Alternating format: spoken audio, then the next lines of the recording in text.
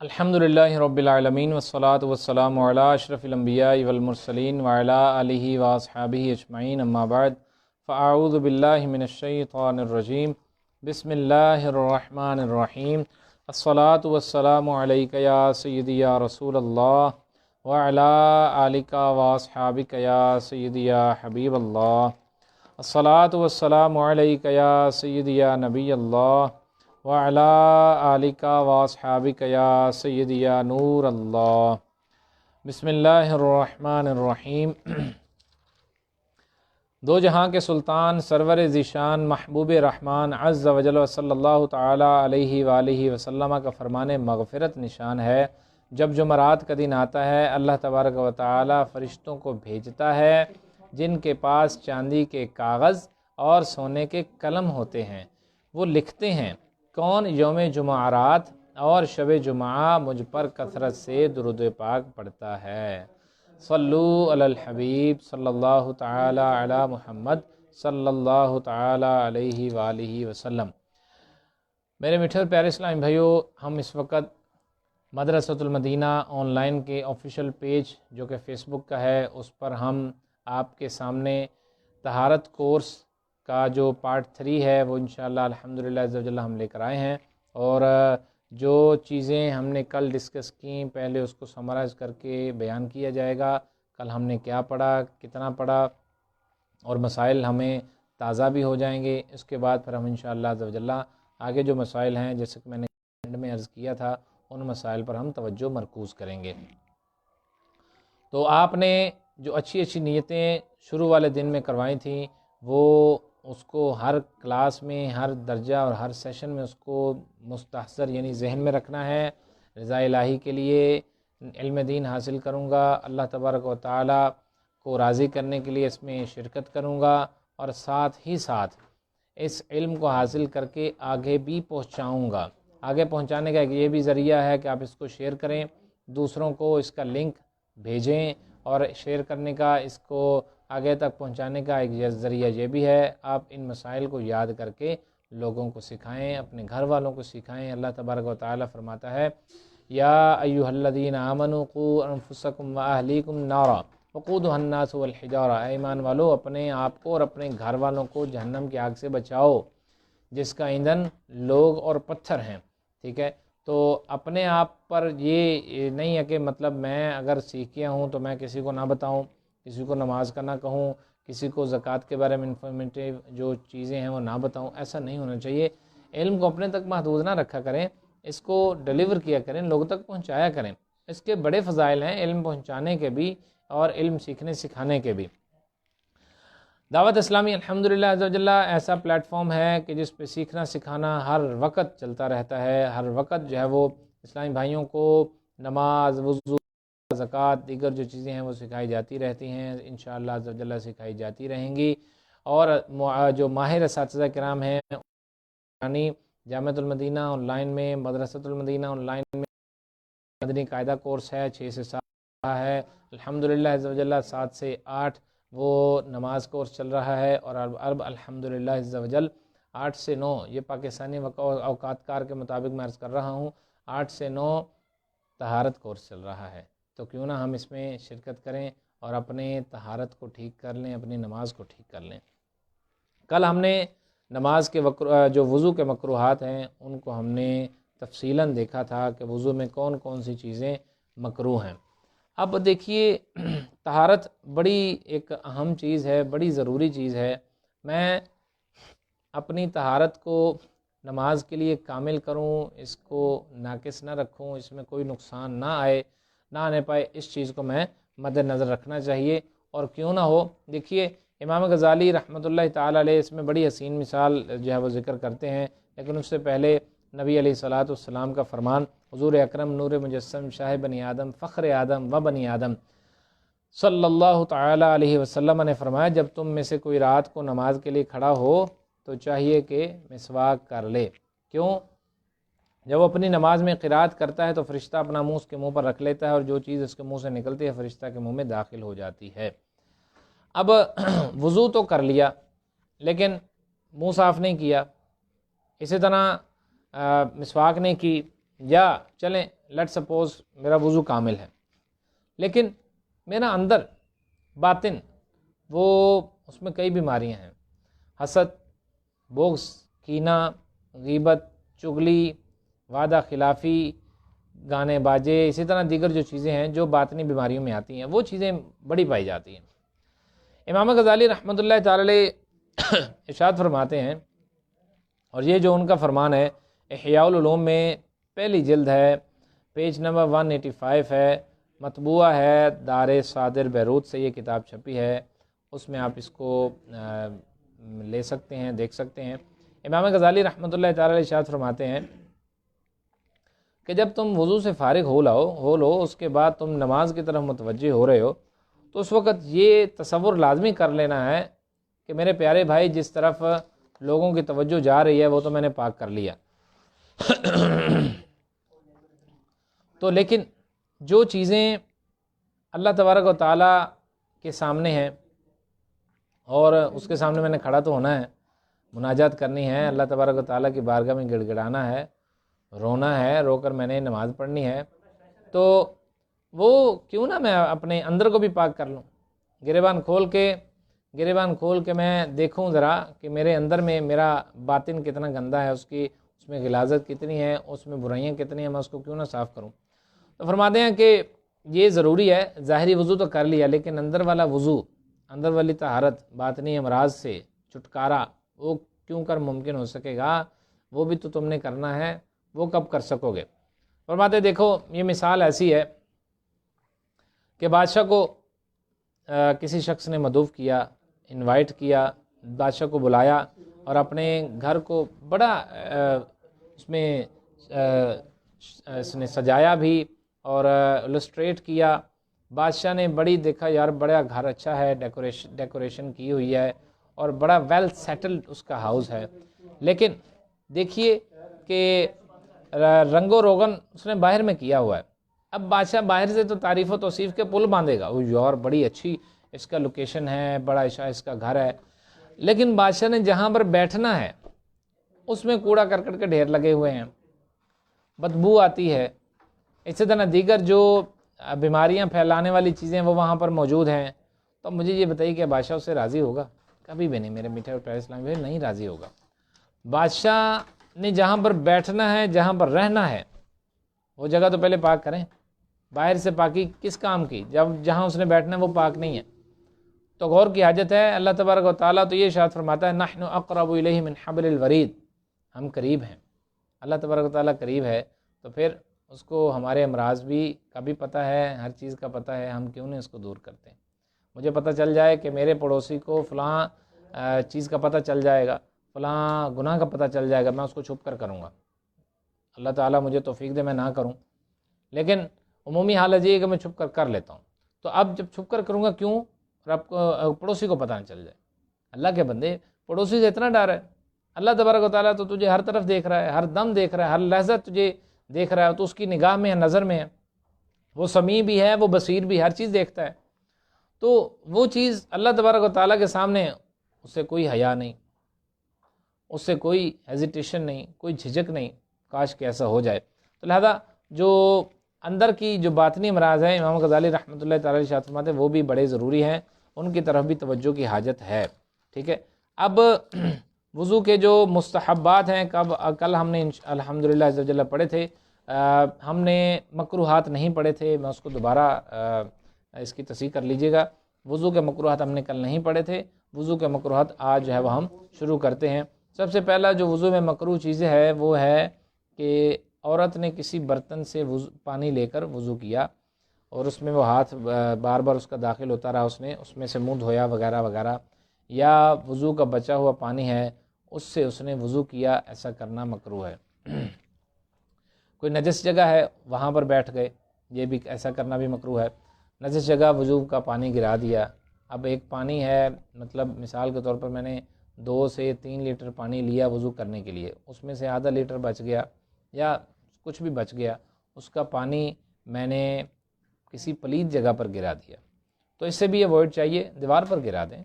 چھت پر گرا دیں، لازمی نہیں کہ آپ نے نالی میں ہی بہانا ہے، وہ متبرک پانی ہے، مقدس پانی ہے، اس سے آپ نے وضو کیا، پاکی حاصل کی ہے۔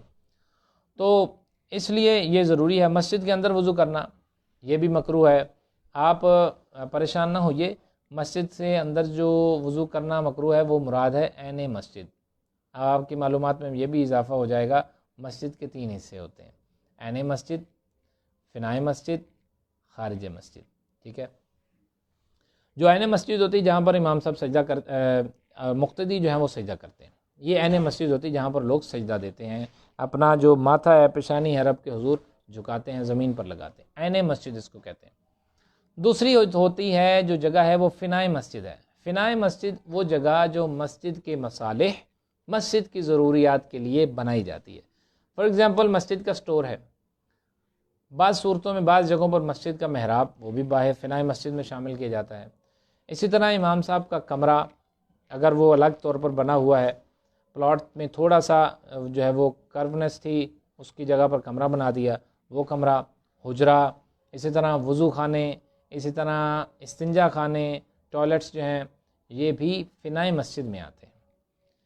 جوتیوں والی جگہ فنائے مسجد میں آتی ہے۔ تو یہ جو فنائے مسجد ہے وہاں پر وضو کیا جا سکتا ہے، عین مسجد میں وضو کرنا یہ مکروہ ہے۔ وضو والی جگہ نہیں بنی ہوئی، بندے جو ہے وہ نمازی عین مسجد میں بیٹھ کر وضو کریں تو ظاہر ہے مسجد کی دریاں، مسجد کی چٹائیاں آلودہ کرنا یہ تو گناہ کا کام ہے۔ مسجد کے دریوں پر وہ گناہ کا پانی جو ٹپک رہا ہے ہماری کوہنیوں سے وہ لگاتے ہیں، ایسا کرنا تو مکروہ ہے، گناہ کا کام ہے، نہیں کرنا چاہیے، پہلے بھی عرض کیا جا چکا ہے۔ تو مسجد سے مراد عین مسجد ہے، ہاں فنائے مسجد میں وضو کریں۔ خارج مسجد تیسری جو جگہ ہے وہ ہے خارج مسجد، وہ جگہ جو کہ گلی میں آتی ہے، روڈ میں آتی ہے، اسی طرح شارع عام میں آتی ہے، سڑک میں آتی ہے، یہ جگہ خارج مسجد ہے، یہ مسجد کے پلاٹ میں شامل نہیں ہوتی۔ اس پر بانی مسجد دعویٰ نہیں کر سکتا کہ یہ بھی میں نے خرید کر جو ہے وہ چھوڑی تھی یا میں نے میری ملکیت ہے، نہ ایسا نہیں، وہ گلی میں آتی ہے، ٹھیک ہے، اللہ یہ کہ وہ دیگر صورتیں کچھ ہو سکتی ہیں اگر خود اس نے گلی چھوڑی ہو۔ اعضائے وضو دھو رہے ہیں، اس سے پانی ٹپک ٹپک کے وضو کے برتن میں گر رہا ہے، ٹھیک ہے، وہ قطرے ٹپکا رہے ہیں، ایسا کرنا بھی مکروہ ہے۔ پانی میں ناک یا بلغم ڈالنا، قبلہ کی طرف تھوکنا یا بلغم ڈالنا یا قبلہ کی طرف کلی کرنا، ہمارے بزرگان دین یاد رکھیے گا ایسے امام کو مصلی امامت پر کھڑے نہیں ہونے دیتے تھے کہ جو قبلہ کی جانب منہ کر کے تھوکتا ہے، کہ ایک شخص کو قبلہ کی اہمیت کا علم ہی نہیں ہے کہ وہ قبلہ کی طرف منہ کر کے تھوک رہا ہے، تو اس نے مصلی امامت پر امامت کے فرائض کیسے سر انجام دینے ہیں، سوچنے کی بات ہے۔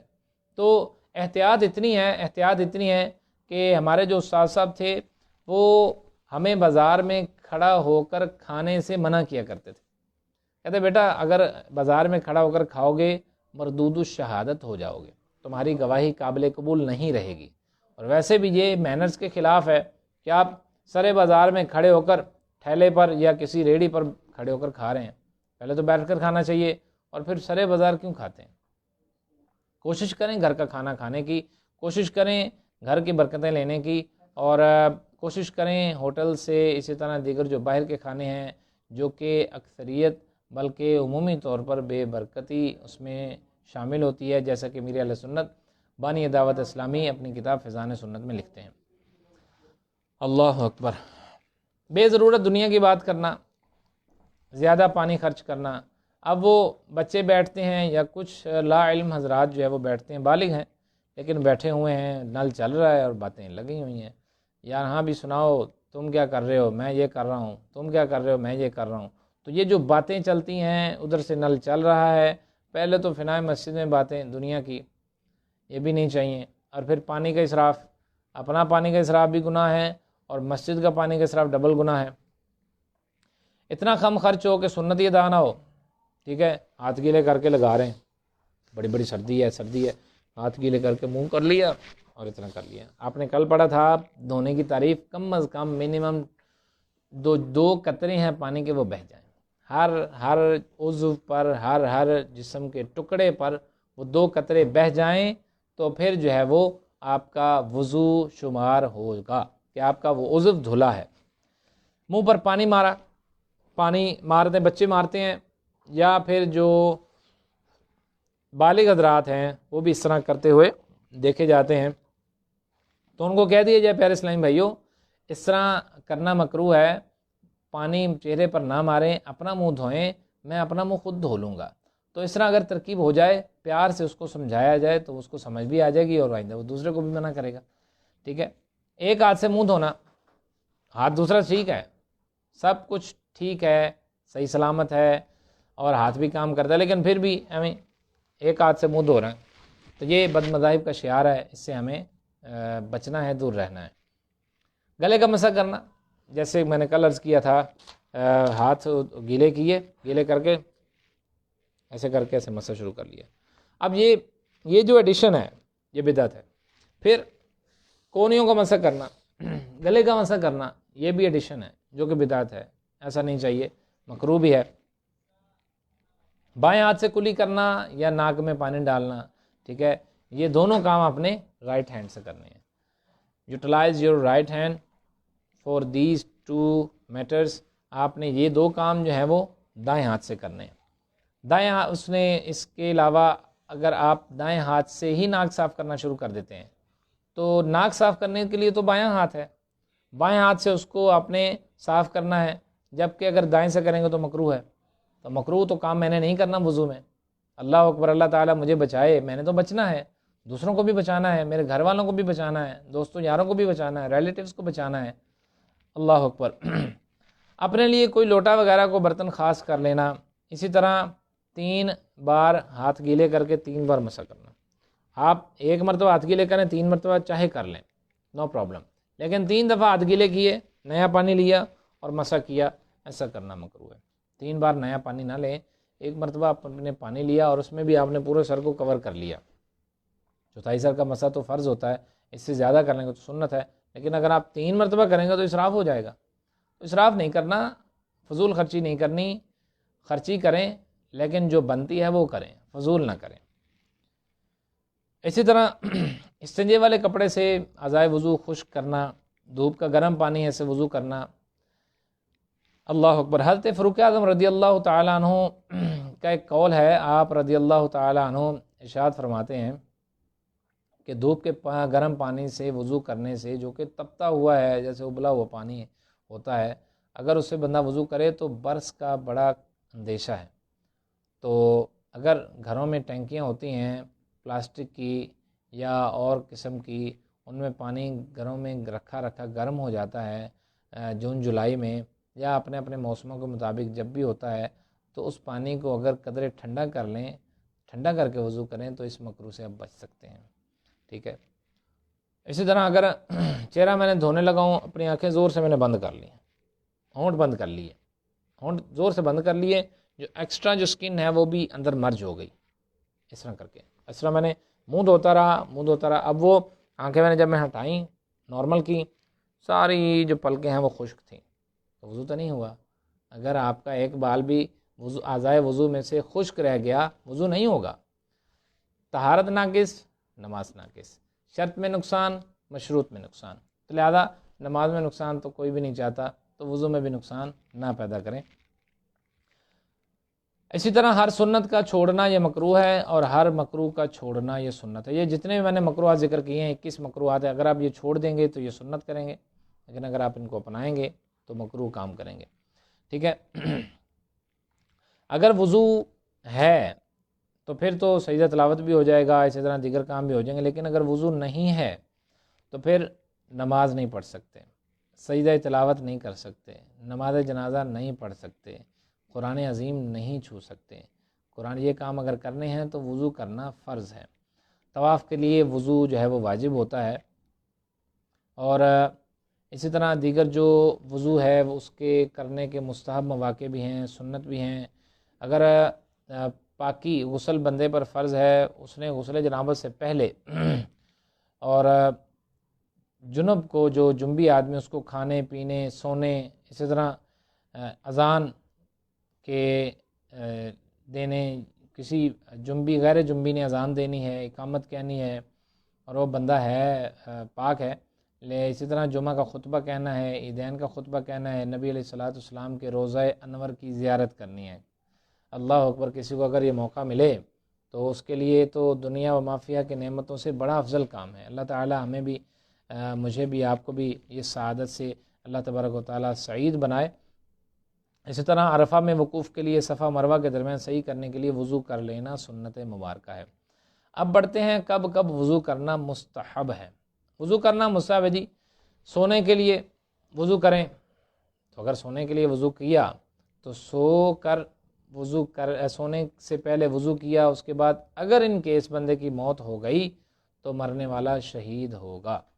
مرنے والا کیا ہوگا؟ جی ہاں، شہید ہوگا اگر اس نے سونے سے پہلے وضو کر لیا۔ صحیح نصیب اگر مجھے موت آئے اور میرا وضو ہو تو مجھے اللہ تبارک و تعالیٰ شہادت کا مرتبہ عطا فرمائے گا۔ اور شہید کون سا؟ شہید حکمی کہا جاتا ہے۔ حقیقی شہید وہی ہوتا ہے جو کہ میدان جنگ میں کفار ناہنجار کے خلاف برسر پیکار ہو اور لڑتا لڑتا راہ خدا میں اپنی جان آفرین کے سپرد کر دے، اس کو شہید حقیقی کہتے ہیں۔ اس سے ہٹ کر طاعون میں مرا، اسی طرح کرونا وائرس میں اگر کوئی مومن مر جاتا ہے، اسی طرح دیگر وباؤں میں جو مومن اس دنیا سے چلے جاتے ہیں تو وہ شہید کا رتبہ ان کو ملتا ہے۔ شہید کون سا؟ شہید حکمی۔ اس کے علاوہ بھی کئی اس کی صورتیں ہیں جو کہ کتب میں ملتی ہیں اور علماء کرام سے آپ سماعت کرتے رہتے ہیں۔ سونے کے بعد اٹھ کے میں نے فوراً وضو کر لیا، میت کو نہلایا ہے یا جو ہے وہ اٹھایا تھا، اٹھانے کے بعد جو ہے نا وضو کر لیا، تو ایسا وضو کرنا بھی مستحب ہے۔ میت کو نہلانا آنا چاہیے۔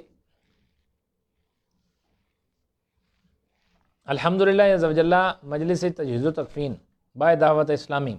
اس کام کے لیے بڑی سرگرم ہے اور اپنی دھومیں مچا رہی ہے۔ مجلس تجہیز و تکفین میں اسلامی بھائی جو پڑھتے ہیں، جو داخلہ لیتے ہیں، اسی طرح تجہیز و تکفین میں وہ علم حاصل کرتے ہیں، ان کو غسل دینا، کفن دینا، دھونی دینا، یہ سارے کام ان کو آ جاتے ہیں۔ تو میت کو نہلانا چاہیے، مسلمان کا حق ہے، اس نیت سے اس کو کرنا چاہیے، اس کو ادا کرنا چاہیے۔ جنازہ ہم اس لیے نہ پڑھیں کہ میرے محلے دار ہیں، فلاں امیر صاحب ہیں یا فلاں صاحب ثروت ہیں تو میں ان کا جنازہ پڑھوں گا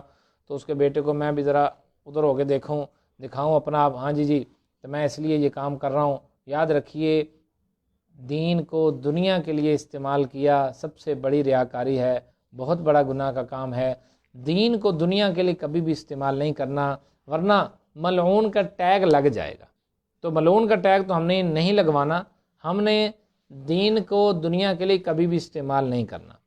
آپ ویسے کسی اور کام میں آپ دکھاوا کر لیں، اگر آپ کو زیادہ مجبوری ہے، زیادہ ضرورت ہے، کسی دنیا کے کام میں دکھاوا کر لیں، لیکن دین کے کام میں بہت اشد گناہ ہے، بہت سخت ہے۔ تو اولاً تو یہی عرض ہے کہ دکھاوا نہ کیا جائے۔ اللہ تبارک و تعالیٰ دلوں میں باتیں ڈالتا ہے۔ اگر آپ یہ کام، کوئی بھی کام اللہ کی رضا کے لیے کریں گے تو آپ کو اس کا اجر و ثواب بھی ملے گا اور سامنے والے کے دل میں اللہ تبارک و تعالیٰ خود ہی ڈال دے گا۔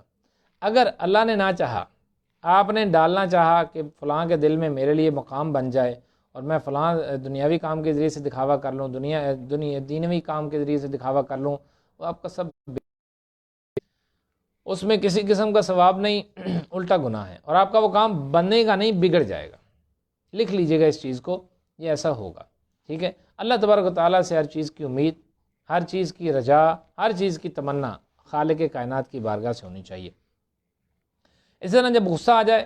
تو وضو کر لیں۔ ذے نصیب اگر غصہ تو بڑا آتا ہے، لیکن اگر شوہر غصہ کرنے کے بعد آ رہا ہے اس کو، وہ وضو کر لیتا ہے۔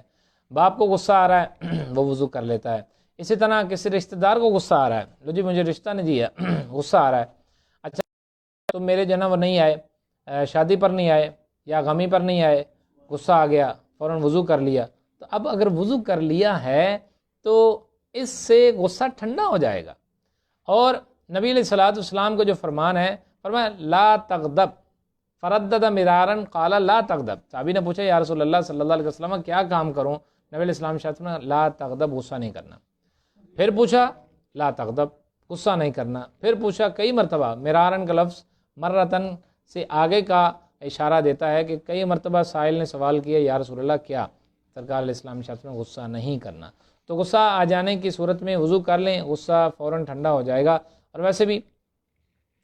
مرکزی مجلس شورا کے نگران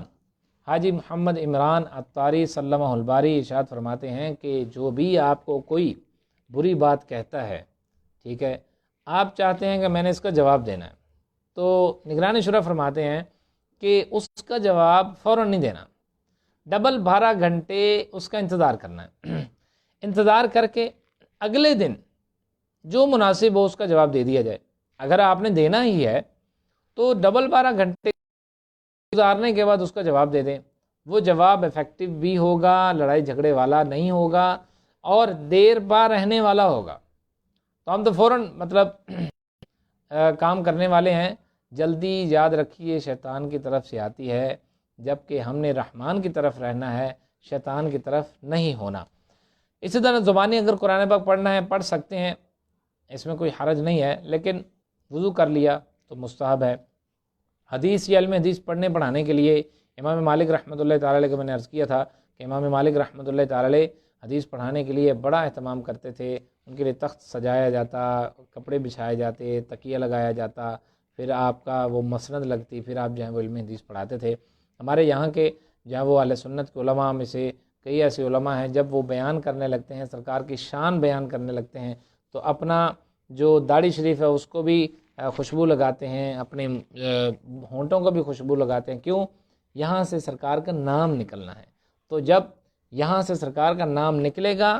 تو وہ اس خوشبو کے ذریعے سے نکلے گا، تو ہمارے لیے بڑی سعادت کی بات ہو جائے گی۔ اللہ اکبر۔ نیتیں ادب ہے، ادب کے مواقع ہیں، اور اس میں شریعت کی طرف سے کوئی منع نہیں ہے کہ نہیں جی تم نے ایسے ادب نہیں کرنا تو ویسے ادب نہیں کرنا، بس کسی کو خدا نہیں کہنا،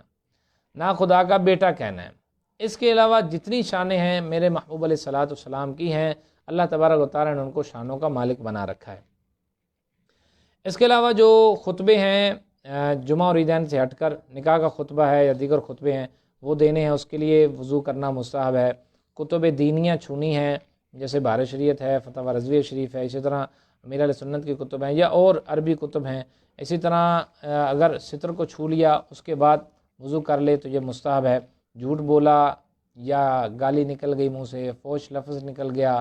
اسی طرح کافر سے بدن چھو گیا، یا سلیب ہوتی ہے، پلس کا سائن ہوتا ہے، عیسائی جو ہے نا وہ مسیح ڈالتے ہیں اپنے گلوں میں، تو وہ اگر اس کو ہاتھ لگ گیا، ٹھیک ہے، یا بت کو ہاتھ لگ گیا، اسی طرح کوڑی والا یا سفید داغ والا شخص ہے اس کو ہاتھ لگ گیا، تو وضو کر لیں تو مستحب ہے، نہ کریں گے تو گناہ نہیں ہے۔ غیبت کر لی، کہا لگایا، اسی طرح لغو اشعار پڑے یا اونٹ کا گوشت کھا لیا، کیونکہ اس میں چکنائی ہوتی ہے، تو وہ چکنائی مطلب بہتر نہیں ہے کہ منہ میں وہ چکنائی رہے، وہ بو جو ہے وہ ختم ہو جانی چاہیے، وضو کر لیں تو مستحب ہے۔ اللہ اکبر۔ تو باوضو شخص کا بڑا فائدہ یہ ہو جاتا ہے کہ اس کو تکبیر تحریمہ فوراً مل جاتی ہے۔ ظاہر ہے ایک بندہ بے وضو ہے، اس کو نماز کے لیے وہ آیا انتظار کرنا پڑتا ہے کہ یار میں وضو کروں گا پھر ہی تکبیر تحریمہ، وہ تکبیر والا تو جا چکی ہوگی،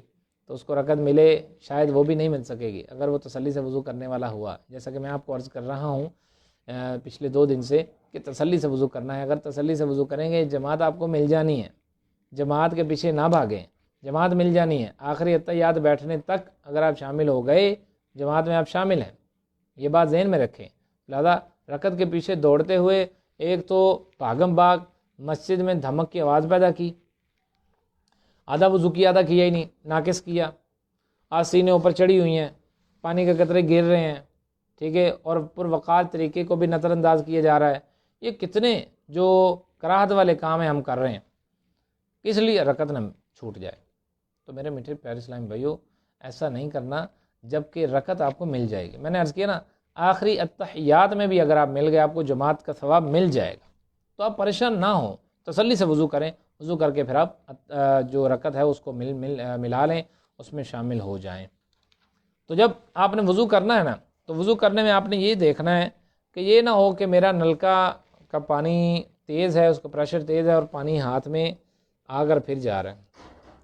تو نارمل ہو، نارمل اگر پانی وہ چولہوں میں بھر جاتا ہے اور پانی اس میں آ جاتا ہے تو ایسا کرنے سے پانی کم خرچ ہوگا، اسراف بھی نہیں ہوگا، اور اسی طرح جب اسراف نہیں ہوگا تو ہم گناہ سے بھی بچ جائیں گے اور پانی بھی قدر معتدل بھی ہمارے ذہن میں آ جائے گا۔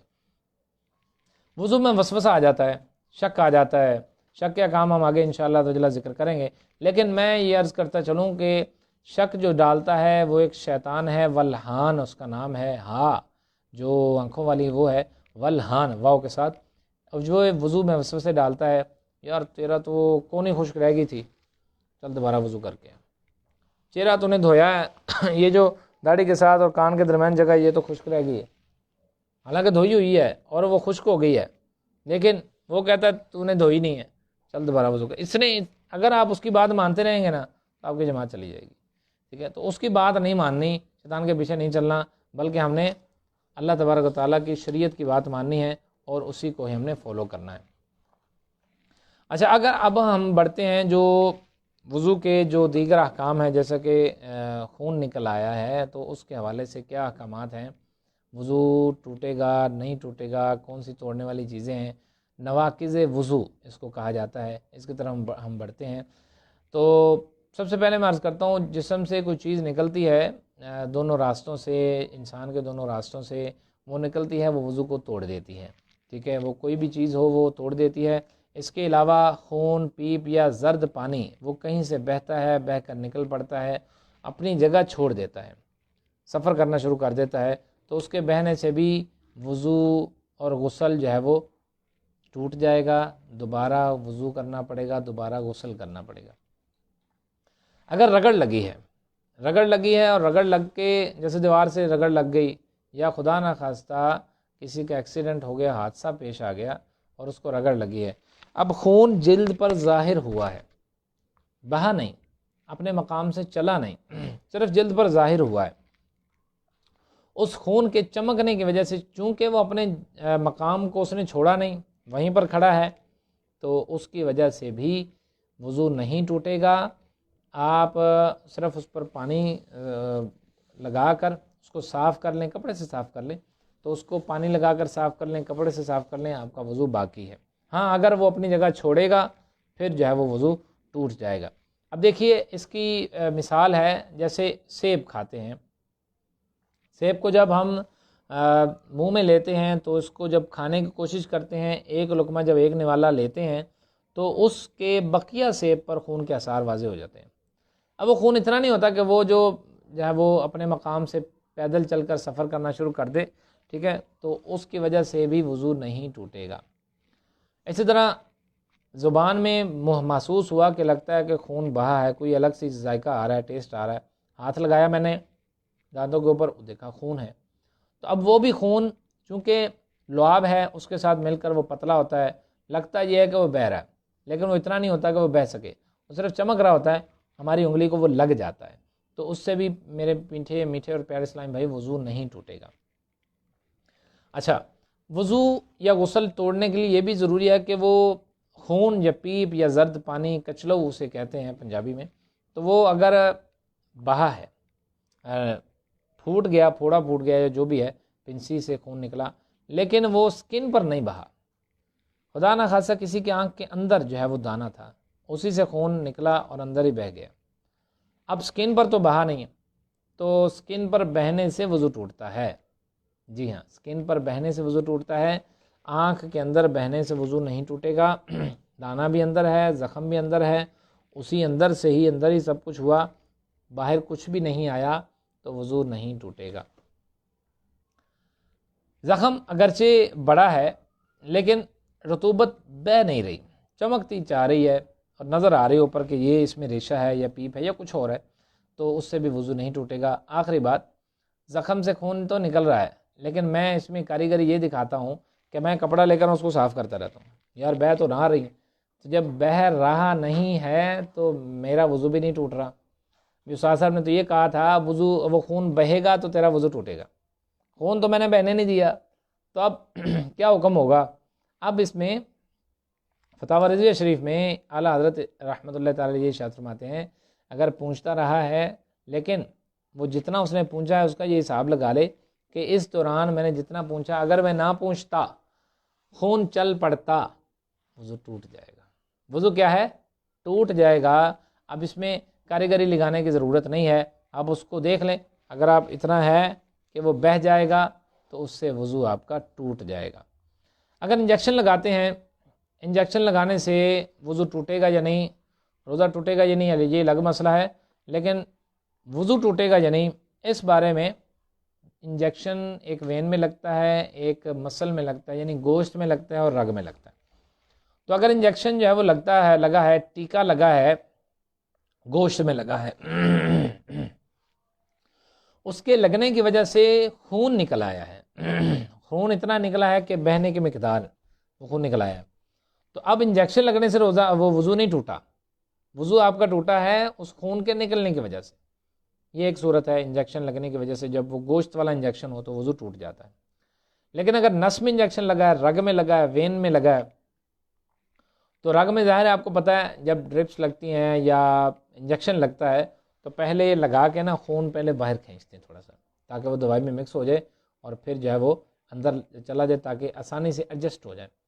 اب وہ خون باہر کھینچا ڈاکٹر نے، اب خون تو آپ کے جسم سے نکل آیا، لیکن آپ کہتے ہیں کہ نہیں جناب یہ تو بہا ہی نہیں ہے سکن پر، شاہ صاحب نے کہا تھا سکن پر بہنا چاہیے،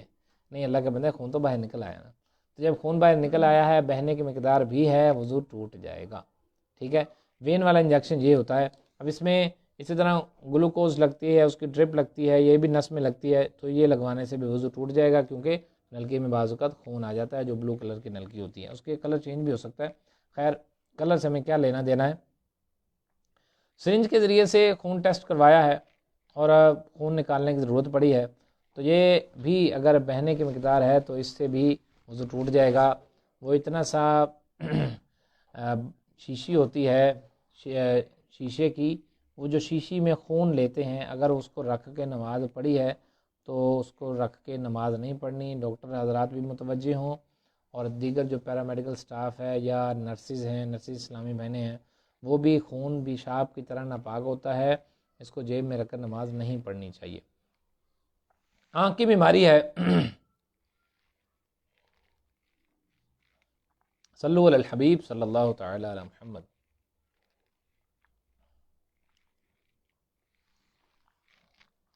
آنسو نکل آیا، آنکھ میں کوئی مرض آ گیا، اشوب چشم ہے یا کوئی اور مطلب پرابلم ہے، ایشو ہے، آنسو بہہ گیا۔ اب وہ دکھتی آنکھ کا آنسو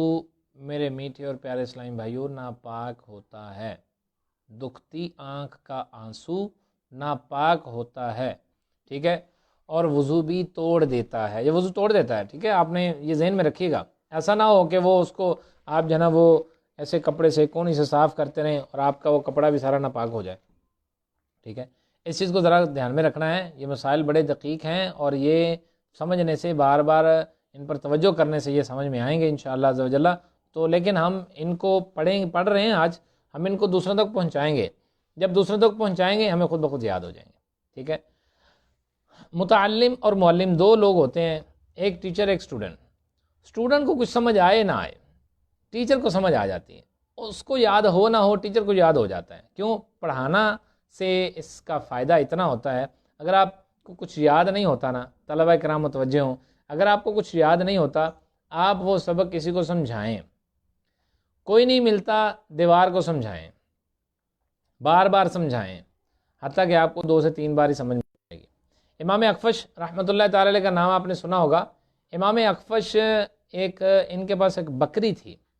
آپ کو سبق یاد نہیں ہوتا تھا، آپ نہ اس بکری کو بار بار سبق سنایا کرتے تھے، وہ آپ کہتے ہیں ہاں جی سمجھ آ گئی، وہ سر ہلاتی تھی، ایسے سر مارتی تھی، آپ کہتے لگتا ہے تجھے سمجھ نہیں آئی، آپ پھر رپیٹ کرتے، پھر اس کو سبق سناتے تھے، پھر دوبارہ ہاں جی سمجھ آئی، وہ کہتی تھی سمجھ نہیں آئی۔ اب اسی طرح بار بار رپیٹ کرنے سے، ریپیٹیشن سے بکری کو کچھ آئے نہ آئے، امام اخفش امام بن گئے، نحو کے، صرف کے، مننے پر مننے اور بڑے مشہور امام بن گئے۔ اللہ تبارک و تعالی جو ہے وہ اس طرح کرنے کے ہمیں اگر توفیق عطا فرمائے، اس کی بارگاہ سے دعا ہے کہ ہم اگر کوئی چیز ہمیں سمجھ نہیں آتی، یاد نہیں ہو رہی، اس کو پھیلانا شروع کر دیں، لوگوں کو بتانا شروع کر دیں، لوگوں کو سکھانا شروع کر دیں، آپ کو آٹومیٹیکلی وہ چیز یاد ہونا شروع ہو جائے گی، کیونکہ استاذ کو یہ فائدہ ہوتا ہے کم از کم کہ اگر اسٹوڈنٹ کو سمجھ نہیں بھی آئی، ان کیس اسٹوڈنٹ غبی ہے یا اس کا مطلب دماغ اتنا ہائی لیول کا نہیں ہے، اس کو فوراً سمجھ نہیں آتی، استاذ کو سمجھ آ جاتی ہے، ٹھیک ہے۔ تو لہذا یہ ناواقفیت ہے، عدم توجہی ہے، بے دھیانی ہے کہ آنکھ میں مرض ہے، اور اس طرح کر کے میں اس آنسو کو صاف کر رہا ہوں، کپڑے ناپاک، وضو بھی ٹوٹ جائے گا، اسکن جہاں جہاں وہ وضو لگے گا، وہ پانی لگے گا، وہ بھی ناپاک ہو جائے گی، ٹھیک ہے۔ اسی طرح نابینا شخص ہے، اس کی آنکھ سے جو رطوبت نکلتی ہے وہ جو مرض کی وجہ سے نکلتی ہے وہ بھی ناپاک ہوتی ہے، اس سے نابینا بھائی کا وضو ٹوٹ جائے گا، ٹھیک ہے۔ اسی طرح جو رطوبت یا خون ہے یا پیپ ہے بہتی نہیں ہے، یا قے ہے، وامٹ ہے لیکن تھوڑی ہے، منہ بھر نہیں ہے، یعنی اس کو کنٹرول کیا جا سکتا ہے۔ منہ بھر قے کی تعریف یہ ہے کہ اس کو بتکلف روکا، یعنی تکلف تو کیا جائے لیکن روک نہ سکے وہ، ٹھیک ہے، تو منہ بھر قے اسے کہتے ہیں۔ اب تھوڑی اگر قے آتی ہے، کنٹرول ہو گئی ہے، تو اس قے کی وجہ سے وضو نہیں ٹوٹے گا، ٹھیک ہے۔ اور وہ دیکھتے ہیں کہ وہ پانی معدے سے ہو کر اگر نہیں آیا تو وہ پانی بھی پاک ہے، اگر کسی برتن میں مل جائے یا کسی پانی میں پڑ جائے تو اس کی وجہ سے بھی کوئی افیکٹ نہیں آئے گا۔ چھالے کے حوالے سے میں نے عرض کیا تھا، چھالا اگر ہے نکلا ہوا ہے، جیسے اگر کسی نے کوئی کام نہیں کیا، مزدوری نہیں کی ہوتی، وہ اگر کوئی آلہ کار پکڑ کر زمین میں کام کرے گا تو اس کے ہاتھ چھالوں سے بھر جائیں گے۔ اب وہ چھالے میں پانی بھی بھرتا ہے، ٹھیک ہے، یا آبلے پڑ جاتے ہیں، وہ آبلوں میں پانی بھر گیا، اس نے اس کو نکال ڈالا پانی کو، اب وہ پانی بہہ گیا، ظاہر ہے پانی ظاہر ہے وہ کافی اس میں مقدار میں پانی ہوتا ہے جو بہنے کے لیے بہت زیادہ ہوتا ہے، پانی بہہ گیا، وضو ٹوٹ جائے گا۔ لیکن اگر پانی نہیں بہتا، چھالا پہلے خشک ہو چکا تھا اندر ہی اندر، تو اس کی وجہ سے اس کا وضو نہیں ٹوٹے گا۔ رول وہی ہے میرے میٹھے پیارے اسلامی بھائیو، قانون وہی ہے، کلیہ وہی ہے، آپ نے اس چیز کو ذہن میں رکھنا ہے۔ کوئی بھی رطوبت انسانی بدن سے نکلتی ہے، پیشاب پخانے سے ہٹ کر وہ جسم سے نکل کر بہہ جاتی ہے تو اس سے وضو ٹوٹ جائے گا، ٹھیک ہے، اس سے وضو ٹوٹ جائے گا، وہ خون ہے، وہ پیپ ہے، جو بھی ہے، اس رول کو ذہن میں رکھنا ہے۔ اگر ذہن میں رکھیں گے کئی مسئلے آپ کو خود بخود حل ہو جائیں گے، کئی مسئلے آپ کو یاد رکھنے کی ضرورت ہی نہیں پڑے گی۔ تو رول اور قانون آپ نے ذہن میں رکھنا ہے، اس سے جو آگے متفرع ہونے والے نکلنے والے مسائل ہیں وہ آپ کو خود بخود انشاءاللہ عز و جل سمجھ میں آتے جائیں گے۔ اگر کسی نے ناک صاف کی ہے، اس میں سے جمع ہوا خون نکلا ہے، ٹھیک ہے، تو اس سے وضو نہیں ٹوٹے گا، بہتر یہ کہ وہ بندہ مومن جو ہے وہ نمازی ہے وہ وضو کر لے۔ اب باری ہے اگر کوئی نماز میں ہنسا ہے، اس کے میں نے عرض کیا تھا 3 چیزیں ہوتی ہیں، ایک ہوتا ہے تبسم، ایک ہوتا ہے ضحک، ایک ہوتا ہے قہقہا۔ تبسم یہ ہوتا ہے کہ صرف دانت نظر آئیں، اس طرح کر کے اسمائل ہے تبسم۔ نبی علیہ الصلوۃ والسلام فرمایا کرتے تھے تبسم سے جو ہے وہ نہ نماز ٹوٹتی ہے نہ روزہ وضو ٹوٹتا ہے، یہ اپنے آپ کو بھی آواز نہیں آتی۔ ضحک دانتوں کے اوپر جو گوشت ہے وہ نظر آئے اور مجھے بھی آواز آئے، اپنے آپ کو آواز آئے، اس سے جو ہے وہ وضو تو نہیں ٹوٹتا، نماز ٹوٹ جاتی ہے۔ دوسرا، میں اتنا ہنسا ہوں ساتھ والے کو آواز آئی، ادھر والے کو ادھر والے کو، اس کو قہقہا کہتے ہیں، اس سے نماز بھی ٹوٹ جاتی ہے، اس سے وضو بھی ٹوٹ جاتا ہے۔ سرکار علیہ الصلوۃ والسلام کا فرمان میں نے کل کوٹ کیا تھا، نبی علیہ الصلوۃ والسلام کے فرمان جو ہے وہ معجم صغیر امام طبرانی کی کتاب ہے اور جلد نمبر 2 ہے، صفحہ نمبر 104 ہے۔ فرماتے ہیں نبی علیہ الصلوۃ والسلام التبسم من اللہ والقہقہۃ من الشیطان، مسکرانا اللہ تعالیٰ کی طرف سے ہے اور قہقہا شیطان کی طرف سے ہوتا ہے۔ اب دیکھیے there is a misconception you must know about it، کہ عوام میں مشہور یہ ہے کہ کسی کا گھٹنا اگر دیکھ لیا، جیسے گرمیوں میں کئی لوگ جو ہے وہ بائک پر بیٹھتے ہیں اور آدھا گھٹنا جو ہے ان کا ننگا ہوتا ہے، اب اس پر نظر پڑ گئی، ٹھیک ہے، یا کسی کا ستر دیکھ لیا، اپنا ستر دیکھ لیا، لوگ کہتے ہیں وضو ٹوٹ جاتا ہے، لیکن لوگ جو کہتے ہیں ان کو کہنے دیں، لوگوں کی باتوں کی طرف آپ توجہ نہیں کریں گے۔ اگر آپ نے لوگوں کے پیچھے چلنے لگ پڑے تو پھر آپ نے اپنا شوق، اپنا دین، مذہب ہر کچھ چھوڑ دیں گے۔ لوگوں کے پیچھے نہیں چلنا، یہ تباہی اور بربادی ہوتی ہے، بہت بڑی تباہی ہے، بہت بڑی بربادی ہے۔ لوگ جو مرضی کہتے رہیں، آپ نے شریعت کی بات ماننی ہے۔ لوگ جو مرضی آپ کو کہتے رہیں یہ ٹرینڈ چل رہا ہے، یہ فیشن چل رہا ہے، ہم نے نہیں جی، ہم نے مصطفی غلام ہیں اور ہم نے نبی علیہ الصلوۃ والسلام کی ہی بات ماننی، اس سے ہٹ کر ہمیں کچھ اور سمجھ میں نہیں آتا۔ تم اپنا فیشن اپنے پاس ہی رکھو، ہمیں سادگی ہی بہتر ہے، جو کہ سادگی سرکار علیہ الصلوۃ والسلام کی سنت ہے۔ اللہ اکبر۔ تو لہٰذا یہ غلط مشورہ ہے، کسی کا گھٹنا دیکھ لیا، ستر دیکھ لیا، اپنا ستر دیکھ لیا، اس سے وضو ٹوٹ جاتا ہے، اس سے وضو نہیں ٹوٹتا۔ ہاں آداب یہ ہے کہ استنجا کے بعد اس کو فوراً چھپا لینا چاہیے اور بغیر ضرورت اس ستر کو کھلا نہیں رکھنا چاہیے۔ اب غسل کر لیا، شروع میں عرض کیا گیا تھا کہ طہارت کی 2 قسمیں ہیں، ایک طہارت کبریٰ ہوتی ہے، ایک طہارت صغریٰ ہوتی ہے۔ طہارت کبریٰ غسل کو کہتے ہیں، طہارت صغریٰ وضو کو کہتے ہیں۔ اگر کسی نے غسل کر لیا، دوبارہ وضو کرنے کی حاجت ہے؟ عرض یہ ہے کہ دوبارہ وضو کرنے کی حاجت نہیں ہے۔ کیوں؟ بڑی طہارت کر لی، غسل تو کر لیا، تو اس کے ضمن میں چھوٹی بھی تو ہو گئی، پورا بدن دھو لیا تو اس میں اعضائے وضو بھی تو ہے نا، اس میں کوہنیاں بھی ہیں، اس میں سر کا مسح بھی ہے، اس میں چہرہ بھی ہے، اس میں پاؤں بھی ہیں، سب کچھ تو ہے اس میں۔ تو اگر غسل کر لیا اور وہ صحیح طریقے کے مطابق فرائض کی ادائیگی سے کیا، انشاءاللہ عزیز آگے انشاءاللہ ہم آئندہ ایام میں غسل کو بھی سیکھیں گے اور اس پر بھی توجہ مرکوز کریں گے کہ غسل کے مسائل کیا ہیں اور کس طرح جو ہے وہ ان کو سیکھا جاتا ہے۔ تو اگر غسل کے لیے وضو کیا تھا تو وہ وضو، پہلے تو وہ وضو اگر کسی نے کیا تو وہ کافی ہے، لیکن اگر ان کیس کسی نے غسل ہی کیا، صرف وضو نہیں کیا، تو وہ ویسے بھی نماز پڑھ سکتا ہے، اس کا جو ہے وہ طہارت صغریٰ اس کو دوبارہ کرنے کی ضرورت نہیں۔ ہاں ثواب کے لیے کر لے تو بڑا بہتر ہے۔ ثواب کی تو حرص ہر بندہ مومن میں ہے، ہونی بھی چاہیے اور رہے گی بھی، کہ ثواب ہمیں چاہیے اور زیادہ سے زیادہ چاہیے۔ تو اس لیے اگر کوئی زیادہ ثواب لینے کے لیے وضو ہے پہلے، پھر وضو کر رہا ہے، غسل کیا ہوا ہے پھر وضو کر رہا ہے کہ یار میں ثواب لے لوں، اللہ تبارک و تعالیٰ کو راضی کر لوں، تو اس کے لیے بڑا بہتر ہو جائے گا۔ اب آگے بڑھتے ہیں، جو کہ مسئلہ بڑا کامن ہے اور بڑا بہت زیادہ جو نا وہ اس میں ضرورت پڑتی ہے کہ گائیڈنس کیا ہے اس میں، انسٹرکشنز کیا ہیں، رہنمائی کیا ہے۔ وہ یہ ہے کہ اگر منہ کے کسی دانت سے، جبڑے سے، زبان کے نیچے سے، کسی پرزے سے خون نکلا ہے، اب خون کو آئیڈینٹیفائی کیسے کرنا ہے کہ وہ خون وضو توڑنے والا ہے یا وہ خون وضو توڑنے والا نہیں ہے؟ اس کو آئیڈینٹیفائی کرنے کے لیے بڑا سمپل سا وے ہے، بڑا سمپل سا طریقہ ہے۔ اس میں دیکھیے، تھوک کو دیکھنا ہے تو تھوک پھینکنی ہے، ظاہر پھینکیں گے پھر پتہ چلے گا، پھینکنی ہے۔ اگر تھوک کا رنگ زرد ہے یا وائٹش ہے، وہ سفید رنگ کا ہے اور اس کا مطلب یہ ہے کہ ریڈش نہیں ہے، لال رنگ نہیں ہے جو کہ خون کا ہوتا ہے، تو اس کا مطلب یہ ہے کہ خون بڑا قلیل مقدار میں ہے، نہ ہونے کے برابر ہے، آٹے میں نمک جیسا ہے، آپ کا وضو نہیں ٹوٹے گا۔ اچھا، دوسری صورت، تھوک کا رنگ بڑا ریڈش ہے، ریڈ کلر کا ہے، لال ہے، تو اس کا مطلب یہ ہے کہ خون زیادہ ہے، اب ذرا توجہ کرنی پڑے گی، خون زیادہ ہے اور وضو ٹوٹ جائے گا۔ یہ سرخ تھوک بھی ناپاک ہے، اور اگر آپ نے اسی حالت میں گلاس سے منہ لگا کر پانی پیا اور اس میں آپ کے منہ سے پانی واپس چلا گیا، ٹھیک ہے، تو وہ گلاس کا پانی بھی ناپاک ہو جائے گا، ٹھیک ہے، اس میں بھی ذرا توجہ کی حاجت ہے، کل پانی نجس ہو جائے گا۔ اگر آپ نے کلی کرنی ہے تو کلی منہ لگا کر نہیں کرنی، ایسے منہ لگا کر نہیں کرنی، آپ کے منہ میں نجس خون ہے، وہ برتن میں گیا، پورا پانی نجس ہو جائے گا، اب وہ چاہے بالٹی ہے، چاہے ٹب ہے، چاہے گھڑا ہے، لیکن آپ نے منہ لگا کر کلی نہیں کرنی، پانی نہیں لینا، چلو سے لے لیں، کوئی حرج نہیں ہے، لیکن بقیہ پانی کو مستعمل ہونے سے بچائیں، وہ آپ کا پانی یوز نہیں ہونا چاہیے۔ تو ایسا نہ ہو کہ آپ کی بے دھیانی سے، آپ کے لا علمی سے وہ پانی ناپاک ہو جائے، آپ سمجھے کہ یار میں نے وضو کر لیا ہے، جبکہ وضو تو ہوا ہی نہ ہوا آپ کا،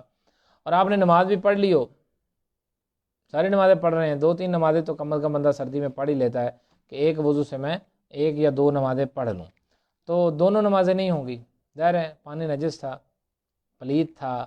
ناپاک تھا، اس ناپاک پانی کو یوٹیلائز کرتے ہوئے میں نے وضو کیا، وضو نہیں ہوگا،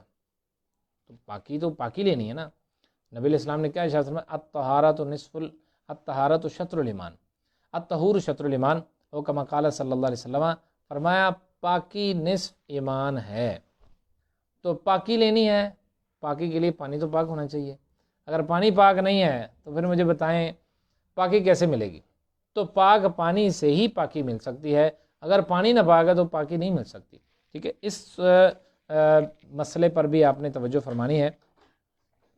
اگر تھوک زرد ہے تو خون پر ہم کہتے ہیں کہ تھوک کو غالب مانا جائے گا، لہذا وضو بھی نہیں ٹوٹے گا اور یہ تھوک بھی ناپاک نہیں ہوگی۔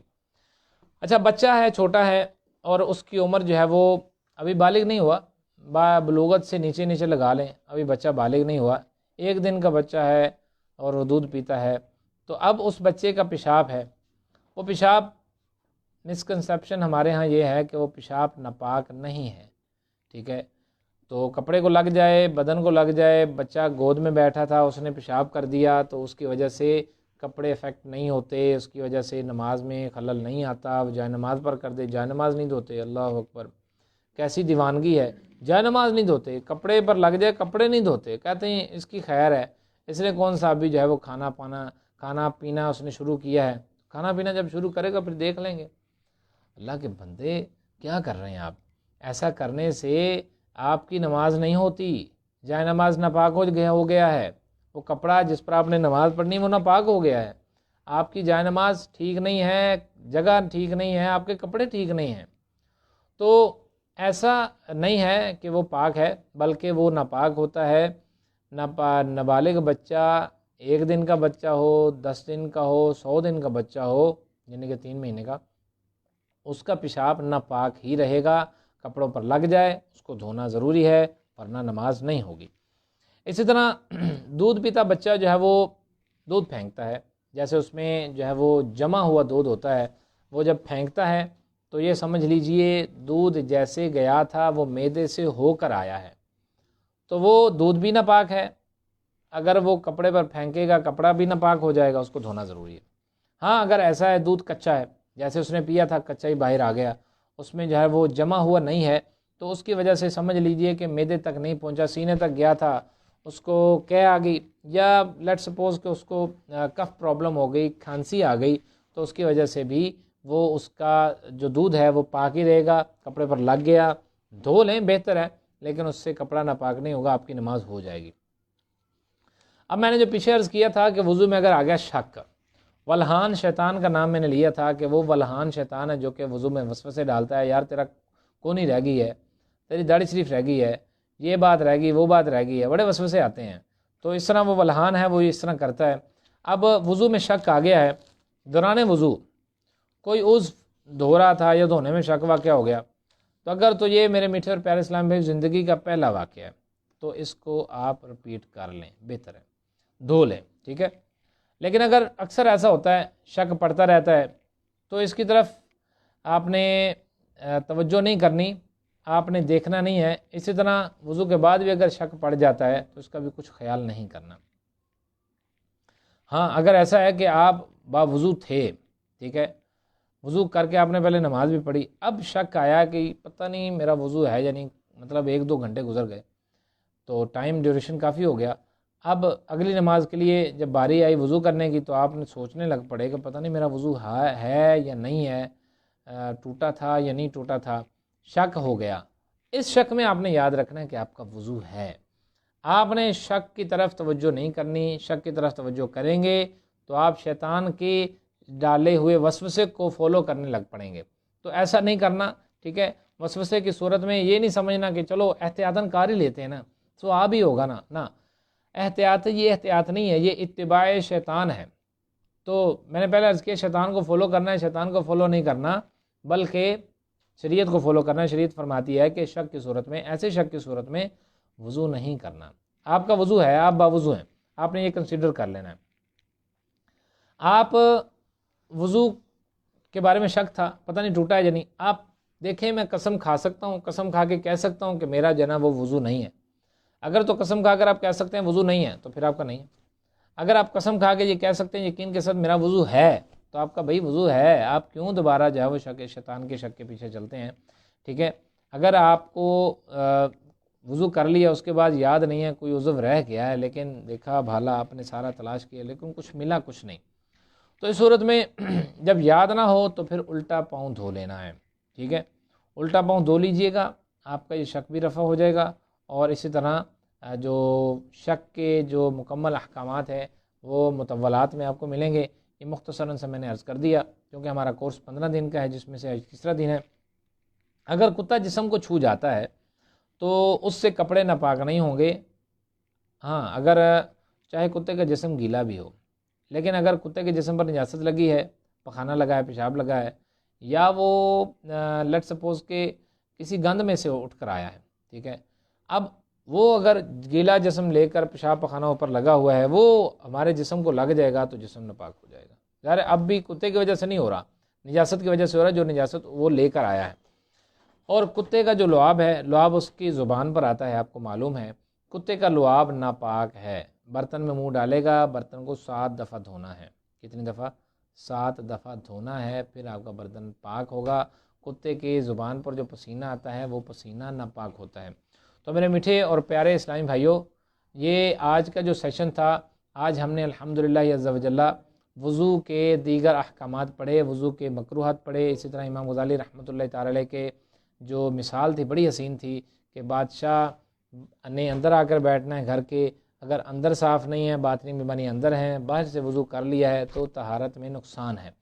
اس کے ساتھ ساتھ ہم نے دیگر جو احکامات پڑھے ہیں وہ غسل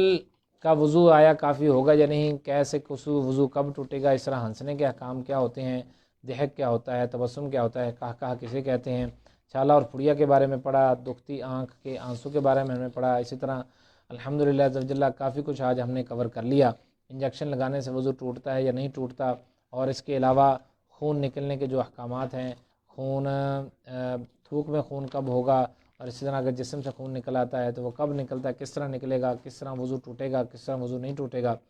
اس طرح دودھ پیتے بچے کے پیشاب کے بارے میں بھی ہم نے پڑھا کہ وہ ناپاک ہوتا ہے، اس کو پاک کنسیڈر کرنے والے غلطی پر ہیں، توجہ کریں اس طرف جو ہے وہ ناپاک ہوتا ہے۔ اور اینڈ میں ہم نے الحمدللہ عز و جل وضو میں شک کے احکام پڑھے۔ وضو میں شک آ جائے تو کس چیز کو کس طرح ہم نے دیکھنا ہے اور کس حکم کو ہم نے لے کر چلنا ہے، شک کو فالو کرنا ہے یا شک کو فالو نہیں کرنا۔ اسی طرح کتا اگر جسم سے چھو جاتا ہے تو کپڑے ناپاک نہیں ہوتے، ہاں اگر نجاست لگے اس کے جسم پر پھر کپڑے ناپاک ہو جاتے ہیں، کتے کا لعاب ناپاک ہے۔ تو میرے میٹھے اور پیارے اسلام بھائیو، یہ جو آپ کو طہارت کورس کروایا جا رہا ہے یہ بڑا ہی مختصراً کروایا جا رہا ہے، اور اس میں ہماری کوشش یہ ہے کہ تمام مندرجات بتمام اور باکمل طریقے سے، احسن طریقے سے یہ اپنے پایہ تکمیل کو پہنچ جائیں۔ لیکن یہ یاد رکھیے گا مکمل کورس ہمارا الحمدللہ عز و جل 30 دن کا ہے۔ جی ہاں، طہارت کورس جو ہے وہ 30 دن کا ہے۔ اگر آپ فیضان مدینہ میں آ کر کرنا چاہیں تو فبیہا، ورنہ گھر بیٹھے آن لائن کرنا چاہیں تو جامعۃ المدینہ آن لائن، مدرسۃ المدینہ آن لائن کی طرف سے طہارت کورس کروایا جاتا ہے جو کہ 30 دن پر مشتمل ہے۔ اگر آپ وہ کورس کر لیتے ہیں تو اس کے کافی مسائل طہارت کے ہم ان پر دسترس رکھنے لگ جائیں گے، مہارت رکھنے لگ جائیں گے اور کامل ہونے لگ جائیں گے۔ اللہ تبارک و تعالیٰ آپ کا میرا حامی و ناصر ہو۔ اللہ تبارک و تعالیٰ ہمیں علم نافع